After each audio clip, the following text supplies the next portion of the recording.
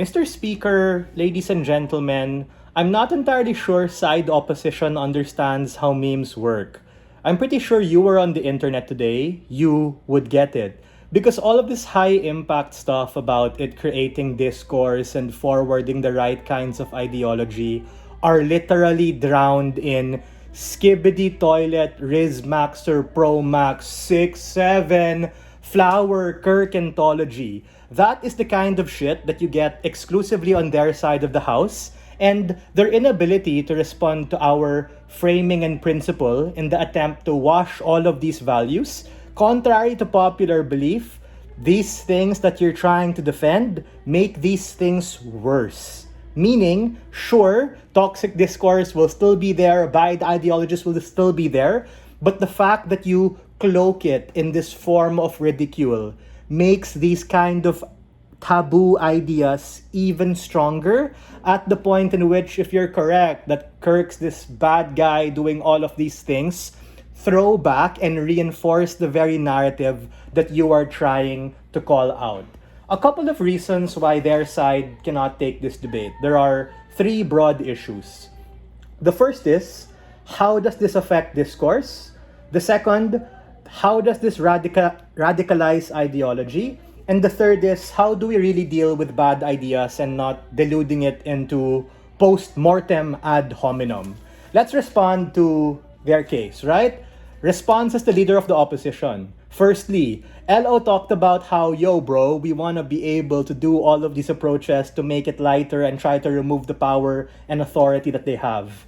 I don't think that's really what it does, because in instances where you create all of these memes, you sort of put them on a pedestal, and if your point is trying to critique the worst forms of the idea, just like with the rapist POI, that's where Matthew and I's case comes in, wherein we tell you that there simply are better ways to deal with it. And the reason why it's not exclusive, because your side's gonna be like, yeah bro, well we can fight for those things too, is it really in the best lens or form? Because, again, trying to call out transphobia, trying to call out the worst forms of what they stand for, literally get drowned in brain rot at the core, heart, and motivation of all of these things. There's a reason why we can't use memes in a dissertation or in a thesis or even in debate or even in evidence for courts. It's because all of this is primarily for entertainment, and exactly at that point of entertainment is where you reinforce those cults of personality, justifying the bad things that they do in as much as you call it out.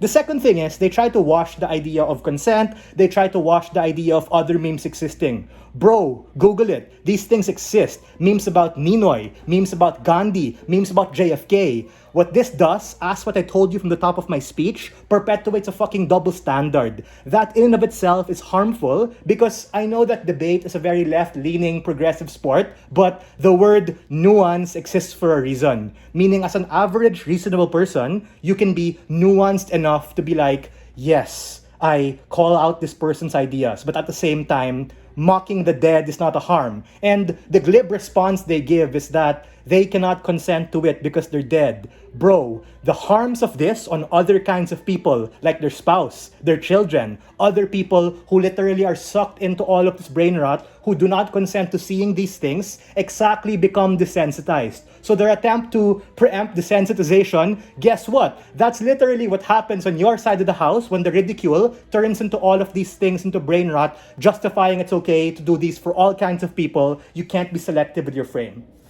Secondly, they talk about, coming from the second speaker, about how these particular memes aren't that bad, bro. The memes we're specifically talking about are the memes calling out these particular bad stuff.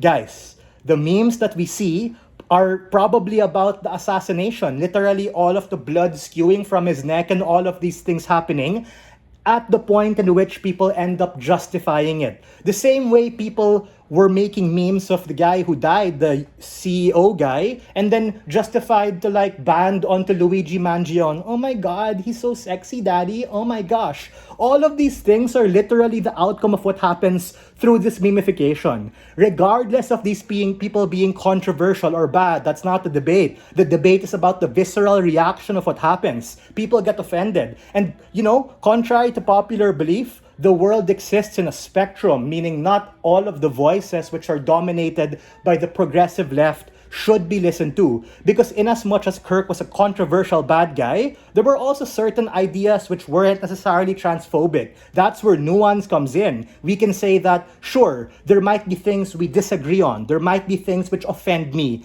But two wrongs don't make a right. And the fact that you ridicule something that that person went through, wherein he literally was under a tent and he literally died, ladies and gentlemen, is something that we do not tolerate and we do not stand for. What do we bring to the table coming from Matthew and I? And I think Matthew positioned this quite well. Firstly, Matthew called out the double standard, of which the response was like, those memes don't exist naman. Those aren't what we're talking about. That's exactly where things get lost in translation, and ultimately you harm the ability of them to be able to improve the argument, because what they do is improve the meme, add better trending songs, add better effects, use more bullshit buzzwords. Secondly, Matt told you about the existence of very bad things. Things like talking about that person in the province who died and saying they got corned beef, or Palestinians, or even 9/11 memes of people who are Islam.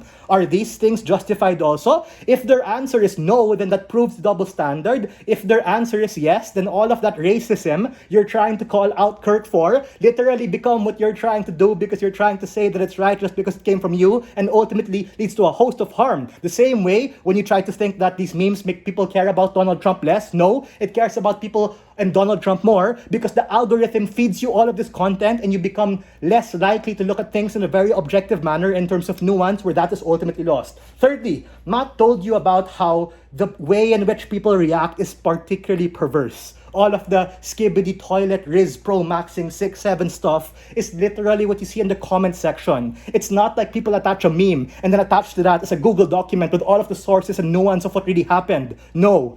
Ladies and gentlemen, contrary to what they might want to make you believe, it ends and dies in a meme. And ultimately, the way in which people become radicalized, become polarized, and perpetuate perverse coping and incentive mechanisms to deal with it is exactly what we have a problem with it. We are very proud to stand on side proposition.